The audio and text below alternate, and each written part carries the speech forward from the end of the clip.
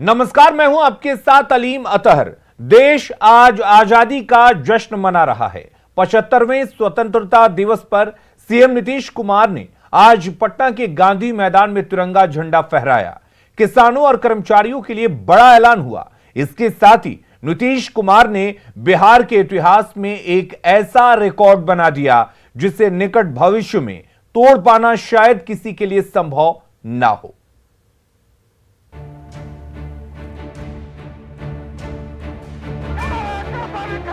CM Nitish Kumar ने झंडे की डोर खींची और विशाल नीले आसमान में देश की आन बान और शान का प्रतीक तिरंगा झंडा लहरा उठा।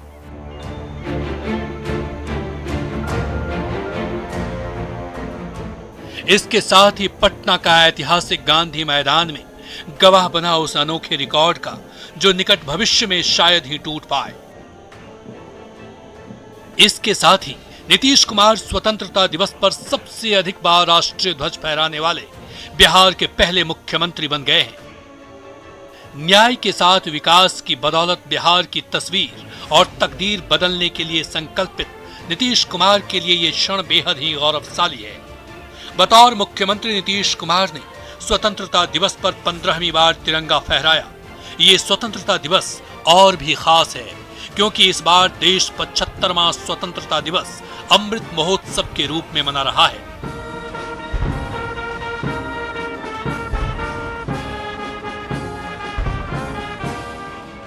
अनवरत सेवा, संपूर्ण समर्पण, दृढ़ निश्चय, सबल साहस और धैर्य जैसे गुणों के कारण सीएम नीतीश ने वो सब कुछ कर दिखाया जिसकी अंतर्राष्ट्रीय स्तर पर प्रशंसा हो रही है।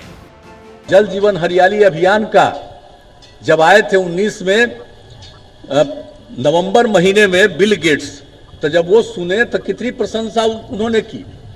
अमेरिका के रहने वाले उन्होंने कहा कि भाई बिहार में इतना काम हो रहा। सीएम नीतीश कुमार ने बिहार में सुशासन के 5474 दिन पूरे किए।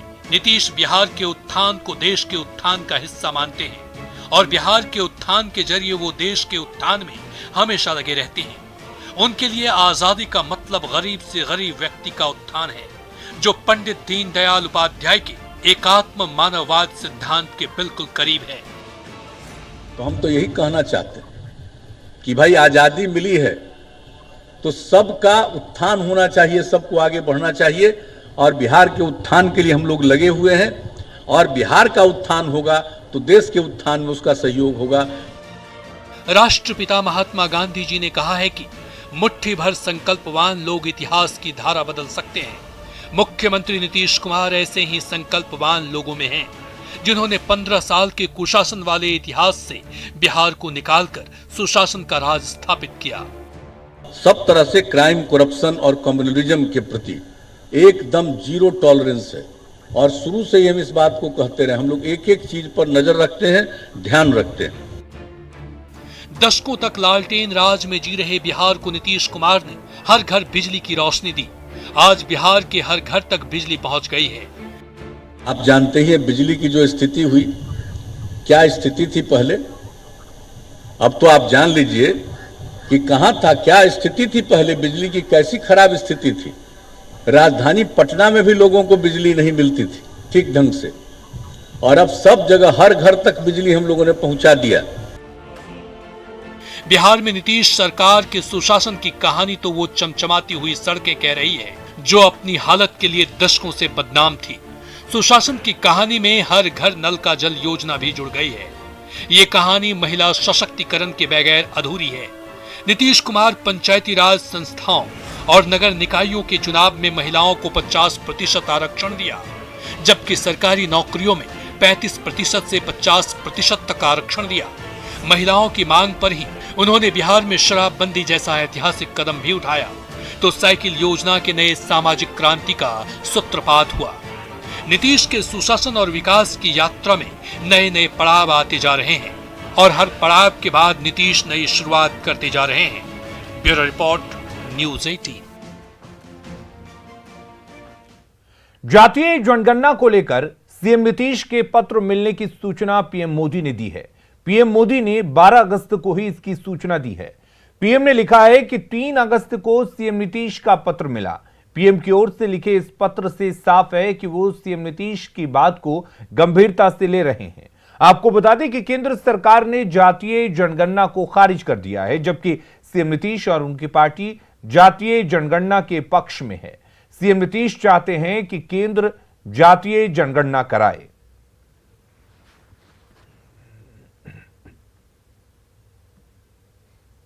और अब बात बाढ़ की कहर की। राजधानी पटना में गंगा उफान पर है और सभी घाट गंगा के पानी में डूबे हुए हैं।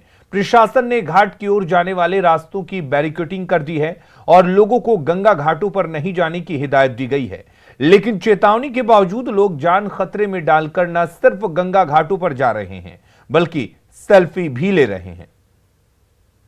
राजधानी पटना में गंगा का जलस्तर बढ़ने के बाद बाढ़ का प्रकोप लगातार जारी है और जितने भी घाट हैं राजधानी पटना में, वहाँ पर गंगा का जलस्तर इस कदर बढ़ा हुआ कि सभी घाट डूबे हुए हैं। एक बार फिर हम गांधी घाट की तस्वीर आपको दिखा रहे हैं और देखिए यहाँ पर गांधी घाट जो है वह पूरी तरह से डूबा हुआ है। पिछले 3-4 दिनों से तस्वीर कमोबेश ऐसी ही है और दूर दूर तक केवल और केवल गंगा का पानी नज़र आ रहा है और प्रशासन की लाख मनाही के बावजूद लोग जो हैं घाटों पर पहुंचने से अपने आप को नहीं रोक रहे हैं। सभी के हाथों में मोबाइल है और इसी तरीके से लोग खतरे में जान को डालकर इस तरीके से तस्वीर ले रहे हैं। हम इनसे बात करने की कोशिश करते हैं कि क्या कर रहे हैं। ये निश्चित तौर पर ये एक हैरान कर देने वाली तस्वीर है। कितना पानी उसके बावजूद आप लोग पहुँचे हुए हैं? थोड़ा सा एंजॉयमेंट ले रहे हैं, मस्ती ले रहे हैं, घूम फिर रहे हैं। मोबाइल भी है हाथ में, तस्वीर भी ले रहे हैं? हाँ, फोटोग्राफी तो होना चाहिए ना। क्यों होना चाहिए फोटोग्राफी? कुछ प्रूफ के लिए कि घूमने फिरने सही आए हैं कि नहीं आए। दोनों अपना भाई है। अच्छा, तो ये मोबाइल का शौक आए हैं घूमने के लिए, पानी उन्हें देखने के लिए आए हैं। ठीक बगल में गंगा, आपको डर नहीं लगता? डर क्या है, बस आराम से जा रहे हैं। फोटो खिंचवा रहे हैं, वीडियो बना रहे हैं, डर नहीं लग रहा? ना, डर नहीं लगता भैया। जो बाढ़ है उसको थोड़ा देख रहे हैं और आए हैं एंजॉय करने। बनाना चाह रहे हैं क्या? यस। तो इसके पहले कभी बाढ़ नहीं देखा आपने? बाढ़ देखे थे पर ये जो नदी बन रही है उसमें थोड़ा सोचे, आज 15 अगस्त है तो आज छुट्टी था क्लास स्कूल में, तो सोचे थोड़ा घूम लेते हैं और घूमने आ गए हैं। तो आपके पीछे गंगा कितनी बढ़ी हुई है ये नज़र आ रहा है आपको? हाँ सर, नज़र तो आ ही रहा। तो क्या नाम है? नाम अभिषेक रंजन हुआ। ये पटना के यूथ हैं, इनका कहना है कि जाहिर सी बात है जो बाढ़ है उसको नज़दीक से देखने की दिल में तमन्ना थी, इसलिए पहुँचे हैं और लगातार तस्वीरों में अपने को कैद कर रहे हैं। मोबाइल के माध्यम से जो वीडियो है, जो पिक्चर है वो बना रहे हैं ताकि इन्हें आने वाले दिनों में यह तस्वीर, यह लम्हा याद रह सके। लेकिन इसके अपने भी खतरे हैं, चूँकि लगातार प्रशासन ने मनाही की हुई है घाटों पर आने की। तो देखना होगा, जो यूथ है उनको मानना होगा प्रशासन की बातों को, क्योंकि अगर कोई हादसा होता है तो तमाम तरह के सवाल भी खड़े होने लगते हैं। संजय कुमार, न्यूज़ 18 पटना। इधर छपरा के 40 गांव बाढ़ से प्रभावित हैं। बिहार के हाजीपुर को उत्तर प्रदेश के गाजीपुर से जोड़ने वाले नेशनल हाईवे पर छपरा में पानी बह रहा है। छपरा के इनई गांव के पास बाढ़ के हालात का जायजा लिया न्यूज़ 18 संवाददाता संतोष गुप्ता ने। छपरा में बाढ़ से हालात लगातार बिगड़ रहे हैं और अब हालात ये है कि हाजीपुर से गाजीपुर को जोड़ने वाली नेशनल हाईवे पर बाढ़ का पानी चढ़ गया है। आप देख सकते हैं कि मेरे ठीक पीछे ये नज़ारा जो है समुद्र की स्थिति बनी हुई है। लोग काफ़ी परेशान हैं, लोग पैदल आ रहे हैं, कहीं ना कहीं लोगों को दिक्कतों का सामना करना पड़ रहा है। भैया क्या नाम है आपका? पासपोती चौधरी। क्या दिक्कत हो रहा है? दिक्कत है, पानी हो गया ज़्यादा। कितना दिन से पानी चढ़ गया है? आज 4 रोज हो गए। 4 रोज हो गया। तब क्या दिक्कत है? आवागमन प्रभावित हो रहा है? आने जाने में बहुत परेशानी है। आने जाने में परेशानी है। तो बिल्कुल आने जाने में परेशानी है। लोगों का साफ तौर पे कहना कि आने जाने में परेशानी है। कुछ हमारे साथ लोग हैं यहाँ पे, इनसे हम बात करते हैं। हाँ सर, क्या नाम है आपका? मोहम्मद सरताज खान नाम है। क्या परेशानी हो रही है लोगों को यहाँ पे? सर परेशानी ये हो रही है कि 2-3 दिन में बाढ़ बहुत तेज़ी से बढ़ चुका है। सरकार को चाहिए हम लोगों को सुरक्षा देने के लिए, और मतलब ऐसा प्रॉब्लम बहुत ज़्यादा बढ़ चुका है। घर दुआरी है, यहाँ पे परिवार रहते हैं, परिवार के लोग रहते हैं, परिवार के लोग जाएंगे कहाँ? परिवार के लोग जाएंगे कहाँ? कितना महत्वपूर्ण नाम क्या है? सर महत्वपूर्ण NH हाईवे ही है, 90 NH हाईवे ही है, और मतलब बहुत ज़्यादा प्रॉब्लम हो रहा है। यहाँ यातायात का साधन बहुत जरूरी है। अगर रुक गया यातायात तो बहुत प्रॉब्लम हो सकता है। लगभग 3-4 दिन से ये स्थिति बनी हुई है और गाड़ियाँ चल रही है लेकिन धीमी चल रही है, रफ्तार रुक गई है और ये रफ्तार कहीं पूरी तरह से न रुक जाए और बिहार का संपर्क उत्तर प्रदेश से भंग ना हो जाए, यह जो डर है लोगों को सताने लगा है। क्योंकि गंगा का रौद्र रूप छपरा में देखने को मिल रहा है और 40 गाँव इस बाढ़ से प्रभावित है। कहीं ना कहीं प्रशासन राहत कार्य जरूर चला रहा है लेकिन जिस तरह से हालात बन रहे हैं कहीं ना कहीं लोग काफ़ी परेशान हैं और इस स्थिति से निपटने की कोशिश कर रहे हैं। लेकिन ये जो पानी है लगातार बढ़ रहा है और कई नए इलाकों में लगातार पानी प्रवेश कर रहा है। जिसमें हम खड़े हैं ये भगवान बाजार थाना क्षेत्र का शहरी इलाका है और ये रास्ता जो है सीधे उत्तर प्रदेश को जाता है, हाजीपुर से गाजीपुर को जोड़ता है। लेकिन अब हालात ये है कि इस रास्ते को बंद करने की नौबत आ गई है और पानी जो है घुटने तक चढ़ गया है। संतोष गुप्ता, न्यूज़ 18 छपरा। गंगा और हरुहर के जल स्तर में बढ़ोतरी से लखीसराय के कई गांवों में बाढ़ का पानी फैल गया है। 50 से ज्यादा गांवों के लोग जलकैदी बने हुए हैं। लोगों का कहना है कि प्रशासन की तरफ से किसी तरह की मदद नहीं मिली है।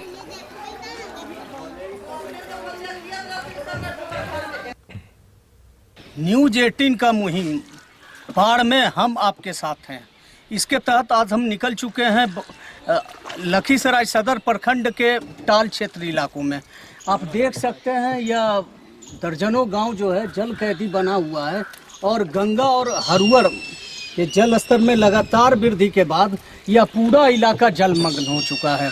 किसानों के फसल बर्बाद हो चुके हैं, पशुपालक परेशान हैं, आवागमन की व्यवस्था नहीं है। हालांकि देखिए जिला प्रशासन का जो दावा है कि बाढ़ पीड़ितों को पूरी तरह से राहत पहुंचाई जा रही है, तो हम जहां भी जा रहे हैं, जिस गांव में जा रहे हैं, बाढ़ प्रभावित गांव में जा रहे हैं, वहां के लोगों का साफ तौर पे आरोप है कि ना तो कोई जनप्रतिनिधि और ना ही कोई जिला प्रशासन के अधिकारी इन लोगों की सुधि लेने पहुंचे हैं। इतना गांव प्रभावित है टाल क्षेत्र का। टाल क्षेत्र का इधर अगर टोटल जोड़ा जाए तो 54 गांव प्रभावित है। अच्छा। जो 54 गांव में मैंने 54 का 54 गांव वो चारों तरफ से पानी से घिरा हुआ है। किसी तरह का भी कोई मदद नहीं है। कुछ गांव में जो है एक छोटी छोटी नाव जिसमें कि मुश्किल से 2, 4 या 5 आदमी कर सकते हैं कि 5 आदमी से ज़्यादा का क्षमता का नाव नहीं दिया गया है, जिसको डिंगी कहते हैं, डिंगी उपलब्ध कराया गया है, वो भी 2-3 गाँव पर एक करके। तो आपने सुना जो जिला प्रशासन का दावा है कि बाढ़ पीड़ित इलाकों में पूरी तरह से मदद पहुंचाई जा रही है, लेकिन ज़मीनी हकीकत कुछ और ही बयां है। राकेश, न्यूज़ 18 लखीसराय। बेगूसराय में गंगा के साथ बाया नदी उफान पर है। बछवाड़ा के दियरा इलाके में स्थित स्थिति जो है वो बिगड़ती जा रही है। प्रशासन लोगों तक मदद पहुंचाने के दावे तो कर रहा है, लेकिन लोगों का कहना है कि प्रशासनिक स्तर पर महज खानापूर्ति की जा रही है। लोग जुगाड़ के सहारे किसी तरह खुद को बचाने की कोशिश कर रहे हैं। छोटी नाव पर क्षमता से ज्यादा लोग सवारी कर रहे हैं, जो खतरनाक साबित हो सकता है। तेगड़ा के डीसी लियार ने बताया कि कुछ जगहों पर स्थिति गंभीर है और पीड़ितों के लिए कम्युनिटी किचन के साथ ही मवेशियों के लिए चारे का इंतजाम किया जा रहा है। और इधर शेखपुरा के गाट कुसुम्बा में हरहर नदी उफान पर है। नदी का पानी गांव में तेजी से फैल रहा है। मलाही टोला के 20 से ज्यादा परिवार पानी के बीच घिर गए हैं। कई परिवारों का दिन नाव पर कट रहा है, जिसका जायजा लिया न्यूज़ 18 संवाददाता अजीत कुमार सिन्हा ने।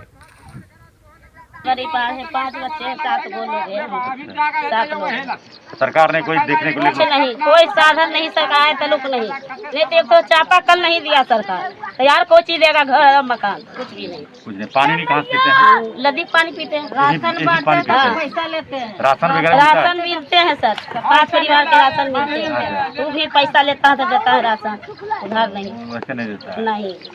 और रोजगार वगैरह सब बंद हो गया, सब कुछ बंद हो गया है। तो एक परिवार का दर्द आपने सुना, कितना परेशानी से जिंदगी व्यतीत कर रहे हैं।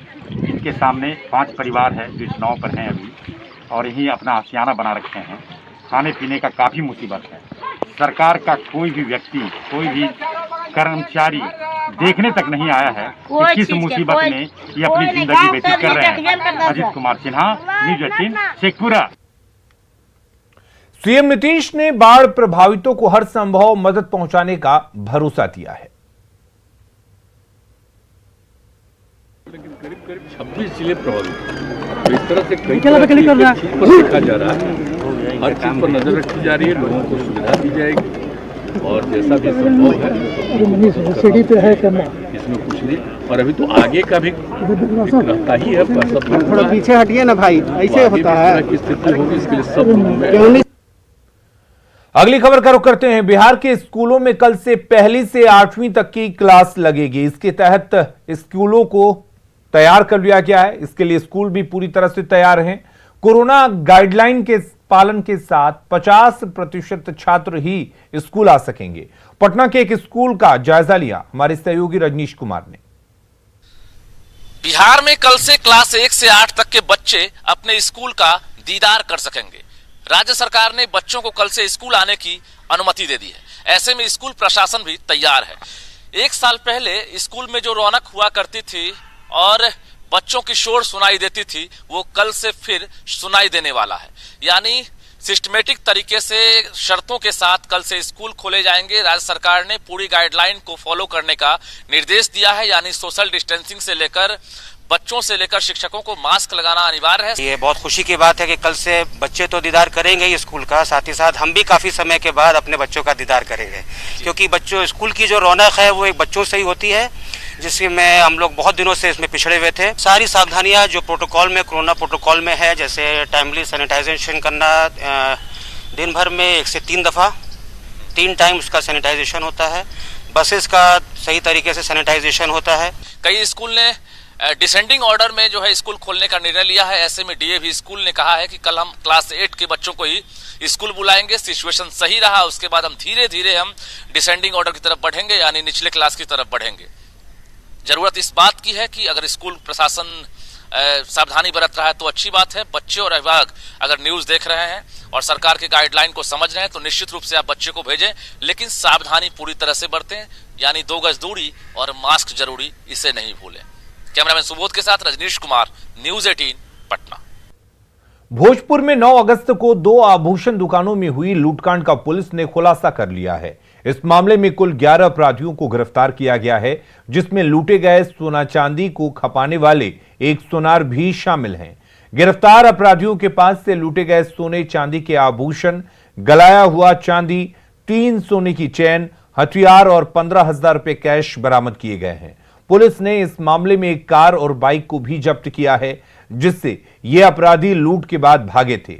9 अगस्त को नगर थाना क्षेत्र की गोपाली चौक के पास 2 आभूषण दुकानों से लूट की बड़ी वारदात हुई थी। 785 ग्राम का गलाया हुआ चांदी जो घटना में इन लोगों ने लूटा, उसके बाद उसको गला दिया, वो बरामद हुआ है। 3 सोने का चेन जो जेके ज्वेलर्स के मालिक के गले से खींचा गया था, जो हम लोगों ने फुटेज में देख लिया था, और जब हम लोगों ने बरामद किया तो उस पर एपी ज्वेलर्स लिखा हुआ है। स्पष्ट है कि ये उन्हीं का ही अपना है, क्योंकि उसका मार्क जो है वो इंटैक्ट है अभी तक।